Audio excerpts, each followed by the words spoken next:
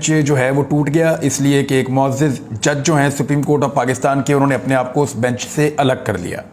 इस हवाले से एक और ख़बर भी है, वो बहुत इंपॉर्टेंट है। मैं आपको बताऊंगा कि सुप्रीम कोर्ट ऑफ पाकिस्तान के एक और मुअज़्ज़िज़ जज जस्टिस शाहिद वहीद साहब ने क्या कहा इस बारे में, वो मैं आपको बताता हूँ।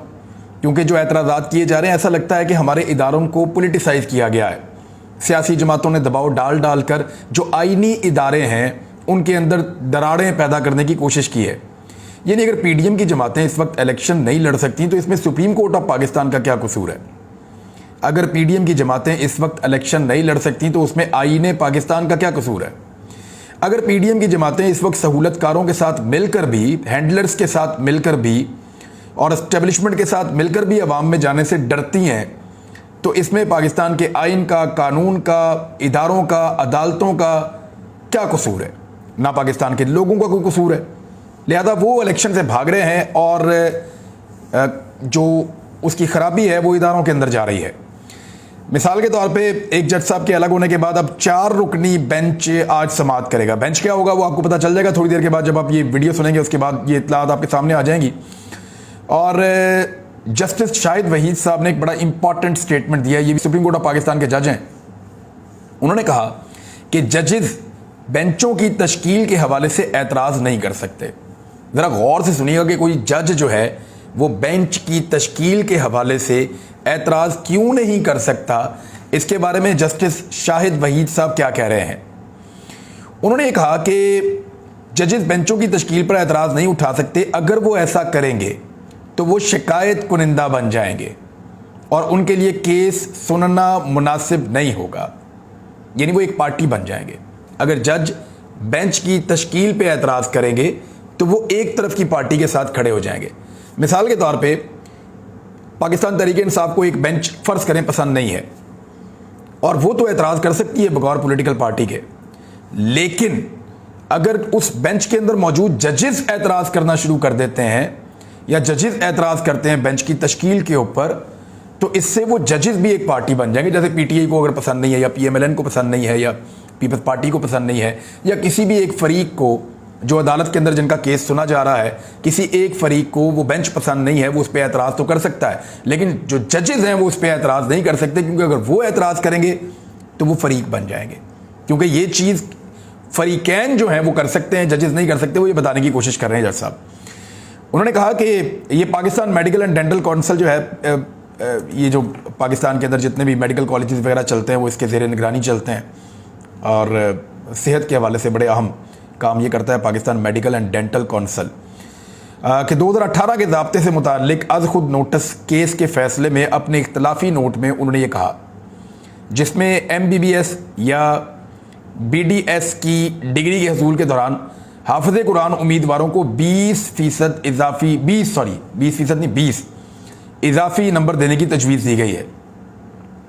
जस्टिस शाहिद वहीद केस की समाअत करने वाले 3 रुकनी खसूसी बेंच का हिस्सा थे और जस्टिस कादी फ़ायद यसा साहब ने और जस्टिस अमीनुद्दीन खान साहब ने कहा था कि आइन ने चीफ जस्टिस ऑफ पाकिस्तान को यकतरफा सवाबदीदी इख्तियार नहीं दिया कि वो मुकदमात की समाअत के लिए फ़हरिस्त बनाएं, बेंच बनाएं या खसूसी बेंच तश्कील दें और जजों को मुंतखब करें। उनका ये कहना था और उनका 12 सफ़ात पर उनका एक नोट था जस्टिस कादी फ़ायद यसा साहब का कि बसत एहतराम चीफ जस्टिस अपनी ज़ाती दानिश को आइन का मुतबादिल तसव्वुर नहीं कर सकते।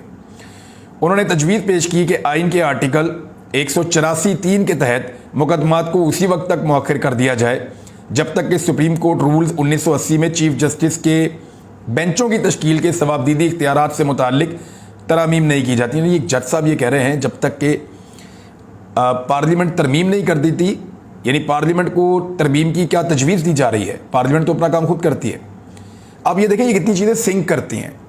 कादी फ़ायद यसा साहब का आप ये वाला नोट उठा लें और इसको आप जोड़ कर देखें जो हुकूमत ने किया पार्लियामेंट के अंदर, और उसको आप जोड़ें वज़ीर कानून क्या कह रहे थे, और फिर जो कादी फ़ायद यसा साहब ने कहा उसके मुताबिक फ़ौरी तौर पे एक बिल आया और बिल जो है वो हमने देखा कि जैसे वो पास हुआ सदर पाकिस्तान को भेजा गया। सदर तो इस पर कभी दस्तखत नहीं करेंगे, लेकिन ये कानून का हिस्सा बनाने की इसको कोशिश की जाएगी। ये अदालत में चैलेंज भी हो जाएगा ये बिल। लेकिन जस्टिस शाहिद वहीद साहब ने इस फैसले से इख्तलाफ किया وہ کیا کہہ رہے ہیں؟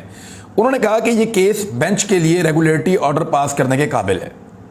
انہوں نے نوٹ میں کہا کہ اٹارنی جنرل نے مختصر بیان داخل کرنے کے لیے التوا کا مطالبہ کیا تھا، جبکہ پی ایم ڈی سی نے عدالت کو بتایا تھا کہ زیر بحث ضابطہ واپس لے لیا گیا ہے اور اسے ریکارڈ پر لانے کے لیے وقت مانگا گیا تھا۔ انہوں نے کہا میری نظر میں بینچ کو صرف التوا کی درخواستوں پر ہی غور کرنا چاہیے تھا اور ہمارے حکم کو اس حد تک محدود ہونا چاہیے تھا۔ یعنی جج صاحب صاف کہہ رہے ہیں کہ ججز یہ نہیں کہہ سکتے کہ بینچ کی تشکیل کے اوپر ہمیں اعتراض ہے، اس طرح وہ پارٹی بن جاتے ہیں۔ لہٰذا یہ چیف جسٹس آف پاکستان کا یہ ایک بظاہر ان کے پاس یہ اختیار موجود ہے کہ وہ بینچوں کی تشکیل کرتے ہیں۔ میں آپ کو اس میں کچھ اور چیزیں بتاتا ہوں۔ اس میں آج تک کتنے سو موٹو ہوئے ذرا یہ بھی آپ دیکھ لیں۔ یہ بڑی امپورٹنٹ خبر ہے کہ سو موٹو نوٹسز جو آج بہت برے لگ رہے ہیں پی ڈی ایم کی جماعتوں کو، پہلے وہ ان کے اوپر بغلیں بجایا کرتے تھے اور بہت خوش ہوا کرتے تھے۔ سن 2000 سے لے کر آج 2023 تک جو ٹوٹل سو موٹو نوٹسز ہوئے سپریم کورٹ آف پاکستان میں، ان کی تعداد ہے 204 اور 14 چیف جسٹس آف پاکستان آئے جنہوں نے یہ 204 سو موٹو نوٹس لیے۔ سب سے زیادہ افتخار چودھری صاحب نے لیے تھے، جو نواز شریف صاحب کے، رانا ثناء اللہ صاحب کے اور بڑے قریبی تھے میاں صاحب کے اور ان کی فیملی کے، اور ان کے بڑے زبردست تعلقات تھے افتخار چودھری صاحب کے ساتھ۔ پیپلز پارٹی نے تو ان کو بہت بھگتا ہے اس دور کے اندر، لیکن پی ایم ایل این کے فائدے کے لیے بڑے کیسز کیے افتخار چودھری صاحب نے۔ اب ذرا میں آپ کو بتا دیتا ہوں کس نے کتنے سو موٹو نوٹسز لیے۔ سن 2000 میں جو سو موٹو نوٹسز کا سلسلہ شروع ہوا، سب سے پہلے جسٹس ارشاد حسن صاحب تھے۔ انہوں نے جو نوٹسز لیے ان کی تعداد ہے 5۔ ان کے بعد آ جاتے ہیں سابق چیف جسٹس بشیر جہانگیری صاحب، اور انہوں نے نوٹسز کوئی ایک نوٹس بھی نہیں لیا، کوئی بھی سو موٹو نوٹس انہوں نے نہیں لیا، کیونکہ یہ بہت تھوڑے سے دنوں کے لیے چیف جسٹس آف پاکستان بنے تھے۔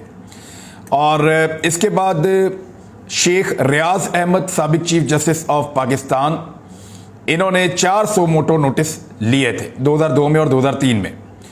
اور جسٹس ناظم حسین صدیقی صاحب 2003 سے 2005 تک انہوں نے اس عرصے میں 6 سو موٹو نوٹسز لیے تھے۔ اس کے بعد آ جاتے ہیں افتخار محمد چودھری، یہ 2 مرتبہ پاکستان کے چیف جسٹس بنے ہیں۔ انہوں نے پہلے 2005 سے لے کر 2007 تک 2500 موٹو نوٹسز لیے۔ 2005 سے 2007 تک 2500 موٹو نوٹسز انہوں نے لیے افتخار چودھری صاحب نے۔ اس کے بعد یہ 2009 میں دوبارہ آتے ہیں اور 2013 تک رہتے ہیں، اور اس دوران میں انہوں نے 5400 موٹو نوٹسز لیے ہیں۔ تو ٹوٹل جو سو موٹو نوٹسز ہیں وہ 79 ہیں جو افتخار چودھری صاحب نے لیے ہیں۔ 2007 سے لے کر 2009 تک بیچ میں ایک ڈوگر کوٹ جسے کہتے ہیں، عبدالحمید ڈوگر صاحب آ گئے تھے، اور افتخار چودھری صاحب جس عرصے میں باہر تھے، پھر وکلا تحریک چل رہی تھی، بعد میں افتخار چودھری صاحب واپس آ گئے تھے، تو انہوں نے صرف 100 موٹو نوٹس لیا تھا۔ اس کے بعد جسٹس تصدق حسین جیلانی صاحب، اور انہوں نے 2013 اور 2014 کے عرصے میں 10 سو موٹو نوٹسز لیے۔ اور اس کے بعد اگلے آنے والے چیف جسٹس نے 900 موٹو نوٹسز لیے، اور جسٹس ناصر الملک نے 16 اگست 2015 تک یہ رہے ہیں اور 900 موٹو نوٹسز انہوں نے بھی لیے ہیں۔ اس کے بعد اگلے چیف جسٹس آف پاکستان بنتے ہیں جواد ایس خواجہ صاحب۔ انہوں نے 17 اگست 2015 سے 9 ستمبر 2015 تک 400 موٹو نوٹسز لیے ہیں۔ انور ظہیر جمالی صاحب 2015 سے 2016 تک یہ رہے چیف جسٹس آف پاکستان، انہوں نے 2500 موٹو نوٹسز لیے ہیں۔ اور ان کے بعد آ جاتے ہیں میاں ثاقب نثار صاحب، اور انہوں نے لیے ہیں 100 موٹو نوٹسز 47، یعنی دوسرے نمبر پہ ہیں، سب سے زیادہ 100 موٹو نوٹسز ثاقب نثار صاحب نے لیے ہیں۔ اور اس کے بعد سال 2017 میں 7، سال 2018 میں 38 اور سال 2019 میں انہوں نے 200 موٹو نوٹسز لیے ہیں۔ آصف سعید خان کھوسا صاحب، آصف سعید خان کھوسا صاحب نے کوئی ایک بھی 100 موٹو نوٹس نہیں لیا۔ چیف جسٹس گلزار احمد صاحب جو آئے، انہوں نے 900 موٹو نوٹسز لیے ہیں۔ اور اس کے بعد آ جاتے ہیں موجودہ چیف جسٹس عمر عطا بندیال صاحب۔ عمر عطا بندیال صاحب نے اب تک 500 موٹو نوٹسز لیے ہیں۔ 4 पिछले साल लिए हैं और 1 इस साल लिया है। ये जो 1 नोटिस इस साल लिया है ना, इससे मुसीबत बनी हुई है। यानी पाकिस्तान के अंदर गुज़िश्ता सालों में जो टोटल सो मोटो नोटिस लिए गए उनकी तादाद 204 है।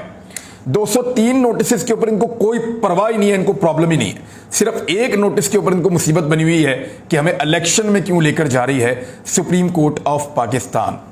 तो ये है जी असल मसला जिसकी वजह से इनको नोटिस पसंद नहीं है। आज का दिन एक और हवाले से बड़ा अहम है। पाकिस्तानियों को फैसला करना पड़ेगा कि क्या आप लापता रहना चाहते हैं। ये आग आपके घर तक भी आएगी। ये नहीं हो सकता कि ये आग आपके घर तक ना आए। जब भी कभी आप अपने दिल की बात सुनेंगे, जब भी कभी आप अपनी मर्जी से बोलने की कोशिश करेंगे, तो ये फस्तायत और जिस किस्म के हथकंडे इस्तेमाल किए जा रहे हैं ये आपके दरवाजे तक पहुंचेगी आग। वजह क्या है? पहले बलूचिस्तान में बंदे उठाए जाते थे, लापता कर दिए जाते थे, कबायली इलाकों में हो जाते थे, इवन कराची के अंदर हो जाते थे, और अब लाहौर जो पाकिस्तान का दिल है यहां से बंदे अगवा किए जा रहे हैं, उनको गायब किया जा रहा है। यह सिलसिला पहले भी होता रहा है लेकिन अब बहुत हाईलाइट हो रहा है। अजहर मिशवानी का कसूर यह है कि वो सोशल मीडिया एक्टिविस्ट है और उसका एक सियासी जमात से ताल्लुक है। अब मामला सियासी जमात का नहीं है, मामला इंसानी हुकूक का है। अगर पुलिस ने उठाया होता, केस बनाया होता, ठीक है, अदालत में ले जाएं, आप केस लड़ें। FIA ने उठाया होता, केस बनाया होता, अदालत में ले जाएं, आप केस लड़ें। लेकिन यह कैसे हो सकता है कि एक शख्स को गायब ही कर दिया गया है, कोई इदारा तस्लीम नहीं कर रहा कि यह शख्स किसके पास है। अब उस बंदे को किस हाल में रखा गया है, वो किस तरह की सूरत हाल का सामना करना पड़ रहा है, उसको कोई पता नहीं है। लिहाजा पाकिस्तान के शहरियों को यह चाहिए कि वो इस मामले के ऊपर पॉलिटिकल पार्टी से बालातर होकर आवाज उठाएं और शोर मचाएं, क्योंकि अगर आज किसी का बच्चा उठाया गया है तो कल आपका बच्चा भी उठाया जाएगा। आज किसी और को अगवा किया गया है तो कल आपको भी अगवा किया जा सकता है, आपके किसी प्यारे को अगवा किया जा सकता है। तो इस चीज को अपने तक आने से रोकने का एक ही तरीका है कि जहां तक ये पहुंची है इसको यहीं पे रोक दिया जाए और अजहर मशवानी की बाजियाबी के लिए आवाज उठाई जाए। इमरान खान ने अजहर मशवानी की गुमशुदगी के खिलाफ मुल्क गिर एहतजाज की कॉल दे दी है। जुमे की नमाज के बाद आज दोपहर 3 बजे पाकिस्तान तहरीक इंसाफ के लोग, आम शहरी, सिविल सोसाइटी, वकला सारे अजहर मशवानी के लिए आवाज उठाएंगे। उनके भाई ने जो है वो केस भी दायर कर रखे हैं अदालत के अंदर, और वहां अदालत कभी 4 दिन का टाइम देती है, कभी 3 दिन का टाइम देती है। मैं जानना चाहता हूं कि अगर खुदा न खास्ता किसी मुअज़्ज़िज़ जज साहब के बेटे को अगवा कर लिया जाए या गायब कर दिया जाए, अव्वल तो ये किया ही नहीं जा सकता, लेकिन फर्ज कीजिए कि अगर कर लिया जाए तो क्या वो 3 या 4 दिन का टाइम देंगे? मुझे लगता है उनके लिए 2 घंटे का टाइम देना भी मुश्किल हो जाएगा। अगर किसी खुदा न खास्ता किसी जर्नल के साथ ये हो जाए, किसी जज के साथ ये हो जाए, किसी जर्नलिस्ट के साथ ये हो जाए, जो लोग पहचाने जाते हैं मुआशरे में, जिनके पास कुछ इख्तियार होता है, या किसी सियासतदान के साथ ये हो जाए, अब यूसुफ रज़ा गिलानी साहब को आवाज़ उठानी चाहिए। उनका बेटा गायब रहा है लंबे अरसे तक, कम से कम उनको पता था कि उनका बेटा कौन है, कौन लोग उठा कर लेकर गए हैं। यहां तो पता ही नहीं चल रहा। तो इस जबरी गुमशुदगी के खिलाफ आवाज़ उठानी चाहिए, लापता किए जाने के खिलाफ आवाज़ उठानी चाहिए। पाकिस्तान तहरीक इंसाफ के चेयरमैन को सिक्योरिटी नहीं दी जा रही और वो मजबूरन अपने वर्कर्स से सिक्योरिटी लेने पर मजबूर है। अभी खैबर पख्तूनख्वा से मजीद कारकुनों को बुलाया गया है, वो आएंगे और पाकिस्तान तहरीक इंसाफ के चेयरमैन इमरान खान साहब की हिफाजत के लिए वहाँ पे ड्यूटी देंगे। उसके अलावा लाहौर से पाकिस्तान तहरीक इंसाफ के जो कारकुन हैं और मुख्तलिफ पंजाब के इलाकों से भी, खैबर पख्तूनख्वा से भी, इवन सिंध से भी कारकुन आते हैं और वो आकर वहाँ पर ड्यूटी देते हैं ज़मान पार्क के बाहर अपने लीडर की हिफाजत के लिए। ऐसा पाकिस्तान में पहले कभी नहीं हुआ। हाँ, शेख मुजीब के साथ ये हुआ था। जब शेख मुजीब को बार बार गिरफ्तार करने की कोशिश की जा रही थी तो पुलिस को लोग मारकर भगा देते थे। उस वक्त शहरी जो हैं वो अपने लीडर की हिफाजत कर रहे थे। ये पहली मरतबा हो रहा है कि शहरी अपने लीडर की हिफाजत कर रहे हैं और उसकी हिफाजत के लिए लॉ इन्फोर्समेंट मौजूद नहीं है। ना पुलिस मौजूद है, ना रेंजर्स मौजूद है, ना दीगर इदारे FC वगैरह मौजूद हैं। इमरान खान की हिफाजत उनके अपने कारकुन कर रहे हैं। ये इमरान खान को दीवार से लगाने का मैंने अब रिसेंट तारीख में तो कभी ऐसी चीज़ नहीं देखी। यानी रिटायर बंदों के साथ यहाँ पे सिक्योरिटी फिर रही होती है, लेकिन साबिक वज़ीर आज़म जो इस वक्त पाकिस्तान का सबसे पॉपुलर लीडर है उसके साथ कोई सिक्योरिटी मौजूद नहीं है और उसके कारकुन उसको तहफ़्फ़ुज़ देने पर मजबूर हैं। मिफ्ता इस्माइल साहब ने कहा है कि जो सस्ता पेट्रोल स्कीम है ये बहुत पेचीदा, ये कामयाब होती हुई दिखाई नहीं दे रही। वो मैं इसलिए भी कह रहा हूँ कि जिस किस्म की इन्होंने वो क्राइटेरिया बना लिया है कि 800 जो CC गाड़ी है उससे छोटी गाड़ी को वो देंगे, तो 800 CC और इससे छोटी गाड़ियाँ तो बहुत थोड़ी तादाद में इस वक्त पाकिस्तान में मौजूद हैं। اور ان کو اگر یہ پیٹرول دیں گے تو کتنا پیٹرول دیں گے؟ وہ بہت کم دے رہے ہیں، 10% پیٹرول پہ سبسڈی دے کر باقی 90% پیٹرول کو بہت مہنگا کرنے جا رہے ہیں۔ لیکن اسی معاملے میں جو IMF ہے اس کے تحفظات بھی سامنے آ گئے ہیں۔ اب دیکھتے ہیں کہ سستے پیٹرول کا بندوبست کیسے کرتے ہیں۔ ویسے PMLN نے نعرہ لگایا کہ مفت آٹا سستا پیٹرول، تو جو مفت آٹا جس کی وہ بات کر رہے ہیں وہ تو لوگوں کی جانیں لے رہا ہے۔ 9 لوگ جاں بحق ہو چکے ہیں جو میں نے آخری خبر پڑھی تھی اس کے مطابق، اور روزانہ درجنوں لوگ زخمی ہو جاتے ہیں، خواتین سمیت۔ لوگوں کی بے حرمتی الگ کی جا رہی ہے۔ تو سستے آٹے کی تو یہ مفت آٹے کی تو یہ صورتحال ہے، اور وہ 5% لوگوں کو یا 2% لوگوں کو بھی وہ آٹا نہیں مل رہا۔